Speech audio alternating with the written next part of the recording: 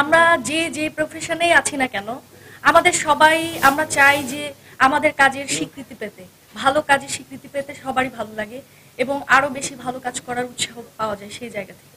তো যারা আসলে রেমিটেন্স দিয়ে সরকারকে সহযোগিতা করে যাচ্ছে, তো তাদেরকে সম্মাননা দিতেই আমরা সুদূর বাংলাদেশ থেকে এসেছি এবং আমি বিশেষ করে প্রথমবারের মতো মালয়েশিয়া এসেছি এবং এত সুন্দর একটা অনুষ্ঠানের মাধ্যমে আমি এসেছি যেটা আমার জন্য ভীষণ চিরস্মরণীয় হয়ে থাকবে। এবং আসলে গানের প্রোগ্রাম আমরা অনেক করি, কিন্তু আমাদের ভালো লাগার কিছু জায়গা থাকে, সেই জায়গা থেকে এই প্রোগ্রামটা আমার মধ্যে একটা অন্যরকম জায়গা করে নিয়েছে। আসলে যারা প্রবাসে থাকে আমাদের ভাই বা বোনেরা, তারা অনেকটা আমাদের বাবার মতো। বাবা সবসময় সন্তানের চাহিদা পূরণ করতে গিয়ে নিজের পায়ের জুতোটা যত ক্ষয় হয়ে যায় সেটার দিকে তাকায় না।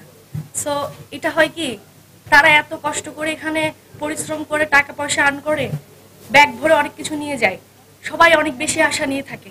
অনেক সময় একটু কমতি হলে অনেক সিন ক্রিয়েট হয়ে যায়, ভুল বুঝাবুঝি, মনোমালিন্য তৈরি হয়, সবাই মনে করে না জানি কত টাকার বস্তা নিয়ে আসছে।